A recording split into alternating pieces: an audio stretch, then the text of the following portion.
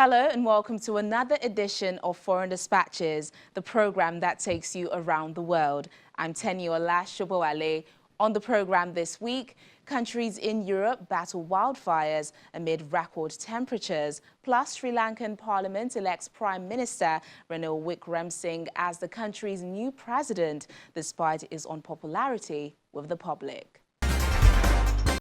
As temperatures soar across Europe, massive wildfires have erupted throughout the continent. Spain, Greece, France, Italy and the UK are all battling blazes this week, while Portugal reported more than 1,000 deaths from the heat.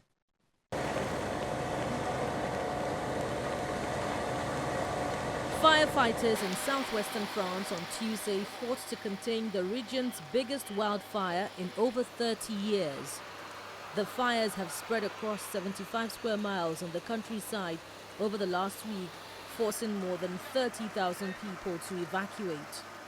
In southwestern France, Paul Virtue watched from the beach on Tuesday as the flames crept towards his home. So we only hope that this can be contained in the forest and we can go back to our homes within the next week, and then we can look at the damage, and with the Mary we can make some changes so this doesn't happen again. Central and northwestern Spain have also been ravaged by wildfires. Experts blame hot nighttime temperatures for hindering firefighting responses across Europe and worsening health conditions as the night hours fail to provide a cooling reprieve. In Greece, strong winds fueled a wildfire near homes on the outskirts of Athens, prompting authorities to order evacuations. Fires also engulfed the village of Wennington in Greater London, destroying homes on Tuesday and leading authorities to declare a major incident. What was once regarded as sort of once-in-a-generation incidents are now becoming much more regular, and it's not just wildfires or extremes of heat. It's also when we're dealing with wide area flooding as well, which we experienced last year. The fires came as temperatures in the United Kingdom hit their highest levels ever recorded. Germany also saw its hottest day of the year so far this week. With human-caused climate change triggering droughts, the number of extreme wildfires is expected to increase 30% within the next 28 years, according to a February 2022 United Nations report. The health impact of the heat wave has been in focus, with particular care given to the elderly and vulnerable. The head of Portugal's health authority says 1,063 excess deaths due to the heat wave were recorded from July 7 to 18. Health-specific issues. The World Meteorological Organization warned on Tuesday that the heat wave will continue to grip Europe at least until next week and may cause more deaths. In the future, these kind of heat waves are going to be normal, and we will see even stronger extremes. We have already pumped so much carbon dioxide to the atmosphere that the negative trend will continue for the coming decades, and so far we haven't been able to reduce our emissions globally. I hope that these kind of events are going to be a wake-up call for many governments, and I hope that also in democratic countries these kind of events will have an impact on voting behavior, and in democratic countries it's up to the governments what kind of policies they are having. The United Nations this week urged more climate action ahead of COP27, the United Nations Climate Change Conference in November. We know the situation is dire, and as always, it is the most vulnerable, those who have contributed the least, that are affected the most. I've seen this in my own country, the Maldives. Just recently, over 1/3 of inhabited islands were affected by sea swells, affecting lives, livelihoods, agriculture, the soil, and the people's homes. Just imagine when the sea rushes into the island without warning and with nowhere to run. We have just 89 months to halve global emissions, just 89 months to avoid catastrophic climate change, just 89 months to do everything we can to limit temperature rise to 1.5 degrees. That is not a lot of time. For small island developing states like my own country, the Maldives, the difference between 1.5 and 2 degrees is a death sentence. Key milestones lie ahead of us this year where we can and must deliver. Above all, we must limit global temperature rise to 1.5 degrees. At the COP27 climate conference in Egypt, we need commitments that will deliver a reduction of emissions by 45% by 2030, so we can reach net zero emissions by mid-century. Current national commitments point to an increase of almost 14% this decade. That spells catastrophe. We need to match commitments with credible and verifiable actions and the finance for implementation. Ultimately, our survival depends on it. Together, we can and must steer humanity to the path of living in harmony with the planet. Let us seize this moment for nature to do that. Ecosystems are endangered, climate change is having devastating effects, and increased land, air, ocean, and water pollution are impacting us all, in particular vulnerable populations. This emergency demands a new mindset. The health of our planet is directly linked to human health and prosperity. Heat waves have become more frequent, more intense, and lasting longer because of human-induced climate change. The world has already warmed by about 1.1 degrees Celsius since the industrial era began, and temperatures will keep rising unless governments around the world make steep cuts to emissions. And in Italy, aging infrastructure and leaky pipes are exacerbating the country's already disastrous drought situation, with much precious water vanishing down the drain before it even reaches the taps. For thousands of years, this vast swathe of land south of Italy's Rome was a boggy swamp. A drainage program in the 1930s transformed it from malaria-infested marshes into prime agricultural fields. Now, water here is actually growing scarce as the country is gripped by one of the worst droughts in living memory. Stefano Boschetto runs a family farm on the fertile Latina plains. His crops of kiwi fruit, cucumbers and melons are suffering from water rationing, which halts irrigation for 2 days a week. It seems strange that we are talking about the lack of water in an area like this, where not 1,000 years ago, but 80 to 90 years ago, excess water was being pumped out. But in reality, things change, and they change quickly. So we have to understand just as quickly what the problems are and figure out how to solve them, and find solutions to solve the problems and to have quality agriculture. It's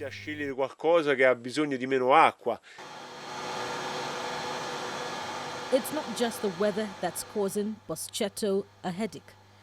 Aging infrastructure and leaking pipes are exacerbating the situation. Much precious water is vanishing down the drain before it even reaches the taps. In fact, about 70% of water gets lost in transit in Latina. Marco Lombardi, CEO of the local water company Acqua Latina, says the blame cannot just be laid on the poor infrastructure.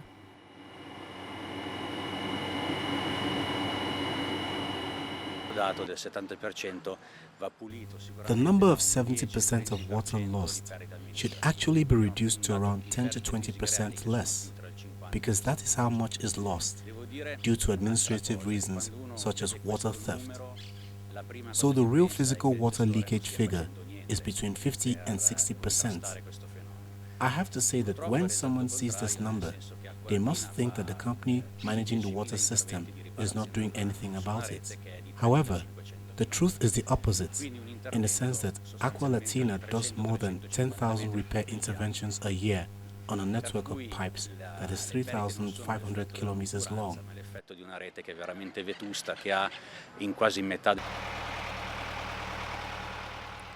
In an effort to counter the crisis, Italy's government has earmarked $4.5 billion from a European Union Pandemic Recovery Fund.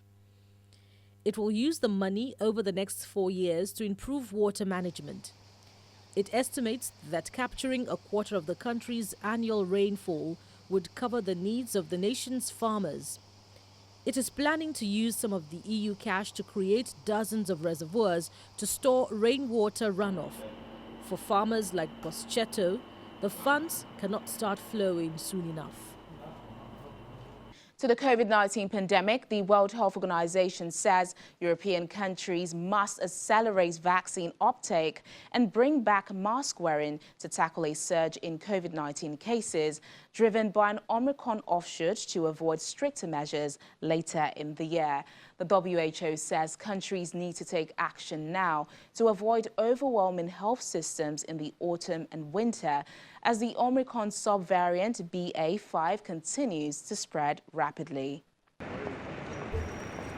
Close to 3 million new COVID-19 cases were reported in Europe last week, which accounted for nearly half of all new cases globally. Hospitalizations have doubled over the same period, and close to 3,000 people die of the disease every week. Well, what we have seen is that there has been a tripling of the number of new COVID-19 cases over the last 6 weeks. That's something that we have to follow very closely. Also, a slight increase in hospitalization. The virus has never gone away. People sometimes ask, is the virus back? It has never gone away. It's still there. It's spreading. It is mutating. And unfortunately, it's still taking a lot of lives. Last week alone, in our region, 3,000 people sadly passed away, and about 3 million new cases were reported. Pointing to a rise in cases in society, which is behaving as it did before the pandemic, the WHO Regional Director for Europe, Hans Kluge, stresses the need for pandemic stabilizers, such as a second booster dose ahead of the expected variant-specific vaccines in the autumn, as well as the promotion of mask wearing and better ventilation. Time is running out. Many people, including myself, got the booster more than 6 months ago. Immunity is waning. We have a BA.5 sublineage, which has a huge advantage in terms of transmission. What's happening is that we stabilized our normal lives without stabilizing the pandemic. When the pandemic began in 2020, governments boosted spending to help cushion the impact of lockdowns on their economies and struggling health systems, but piled up large debts and are reluctant to repeat those policies.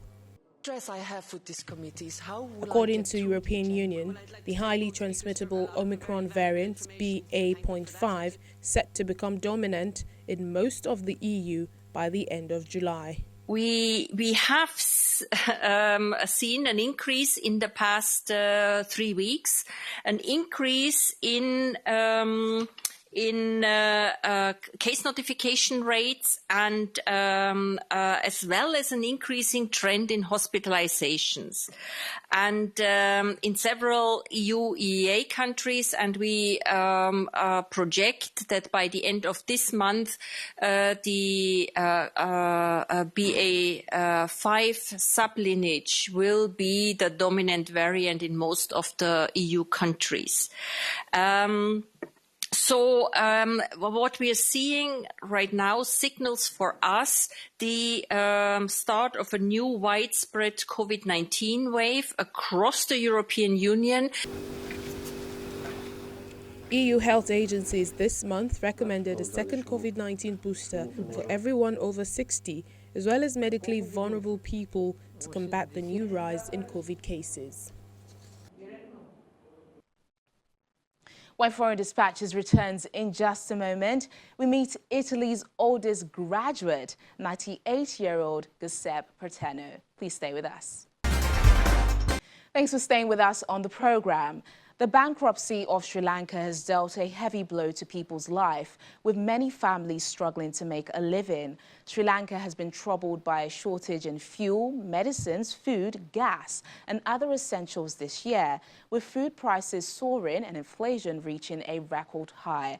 Despite protests, the parliament this week elected veteran politician and six-time Prime Minister Ranil Wickremesinghe as the crisis-hit country's 8th president. I'm from China. Outside a local gas station in the city of Colombo, vehicles, motorbikes and their owners waiting in at least 2 kilometers of line occupy parts of the road that would lead them to the station.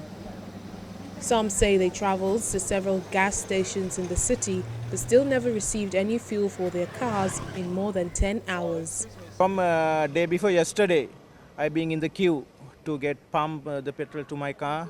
Earlier it was in another station. It all got finished. Then from yesterday 8 p.m. I'm here in the queue. Fuel shortages have brought severe impacts to the daily lives of locals. Many waiting outside the gas station are people working in services industries, including healthcare. Those who are not working in those industries can hardly get fuel for their cars unless they have written permits granted by relevant authorities. Actually, we have influenced much. As I am a doctor here, I have to work in the hospital and be in the queue to get the fuel. But it's a big, it's like a big war. So we have to come in the morning or night and be in the queue in all night, and next day we have to go to work also. Sri Lanka has been daunted by an economic crisis that is closely affected by US monetary policy, as the country has largely depended on the dollar for settlement. When US monetary policy is adjusted to the appreciation of the dollar, Sri Lanka will in turn see a shortage in its foreign reserves, restricting it from buying more fuel. Darshini Perera is a Sri Lankan housewife who supports her family by sewing.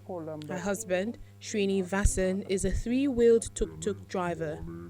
Perera says she has had no clients due to the current situation, and her husband's business is also suffering because of the fuel shortages and high gasoline prices.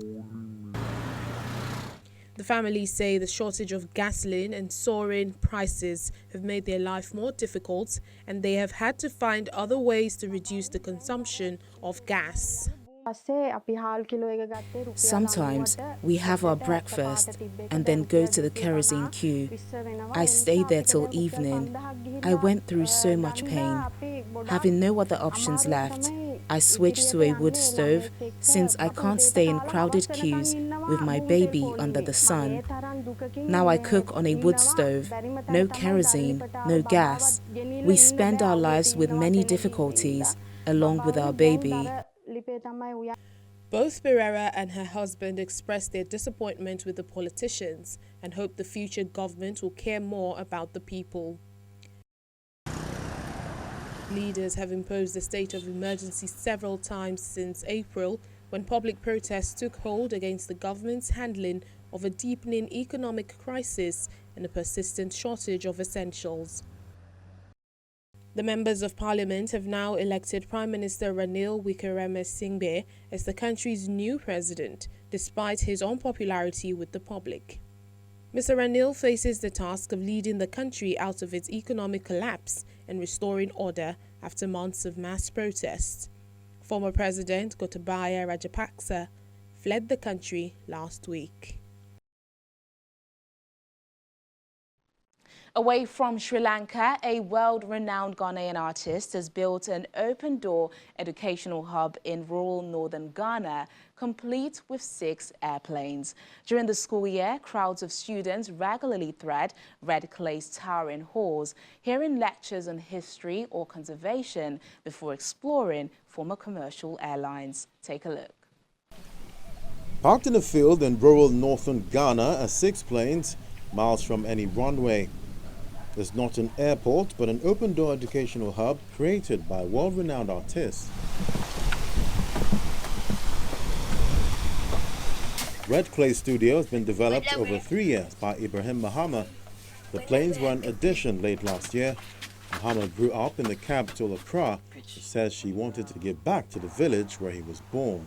For me, it's very important first and foremost to be able to create an institution that is flat, that is horizontal, that can be able to reach different people regardless of their background they are coming from, class, struggle, whatever it is, political ideology and all that. At the end of the day, art is supposed to be able to create a space that would allow us to be able to go into a certain sense of dialogue, either with technology or with ecosystems or with architecture or any other thing. Red Clay comprises several warehouse-sized buildings made from recycled materials and locally sourced red bricks. The materials are typical of Mahama, who made a name for himself, repurposing unwanted or discarded items into monolithic pieces of contemporary art. That work continues at Red Clay, which doubles as a personal studio. But during the school year, its towering halls are also crowded with students hearing lectures on subjects from history to conservation. We want to be able to build an institution that can reinforce the idea of thinking, collective thinking. It's not so much about producing work that can also inspire artists, but produce thinkers.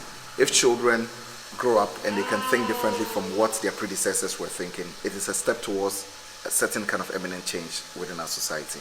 One beneficiary is Abdul Latif Zakaria. He's been coming to Red Clay for years. His father, Dana, developed a passion for aviation while working as a compound's caretaker.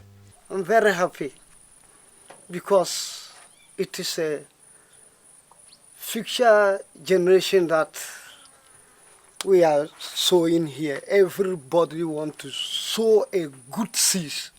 So when you sow good seeds, inshallah, tomorrow it will germinate.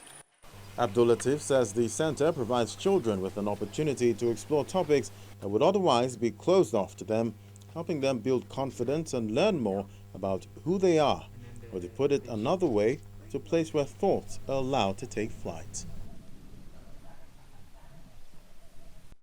And speaking of education, let's meet 98-year-old Giuseppe Paterno, Italy's oldest graduate. Paterno has added a master's in history and philosophy from the University of Palermo to an initial degree in the same subject he earned there 2 years ago. According to his proud family, he passed the latest degree with top marks again. Take a look. 98-year-old Giuseppe Paterno, born in 1923, grew up in a poor family in Sicily. Despite his love of books and studying, he wasn't able to go to university as a young man. Instead, he served in the Navy during World War II from the age of 20 and went on to be a railway worker.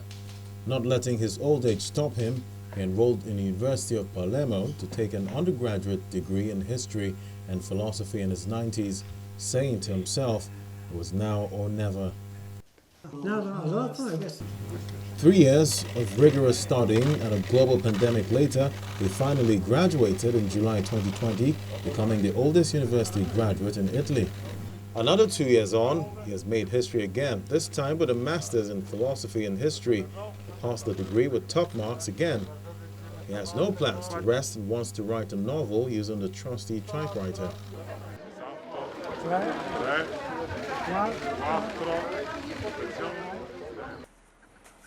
After the war, the society focused on rebuilding, work and family were the priorities, but Paterno always wanted to learn and complete high school at the age of 31.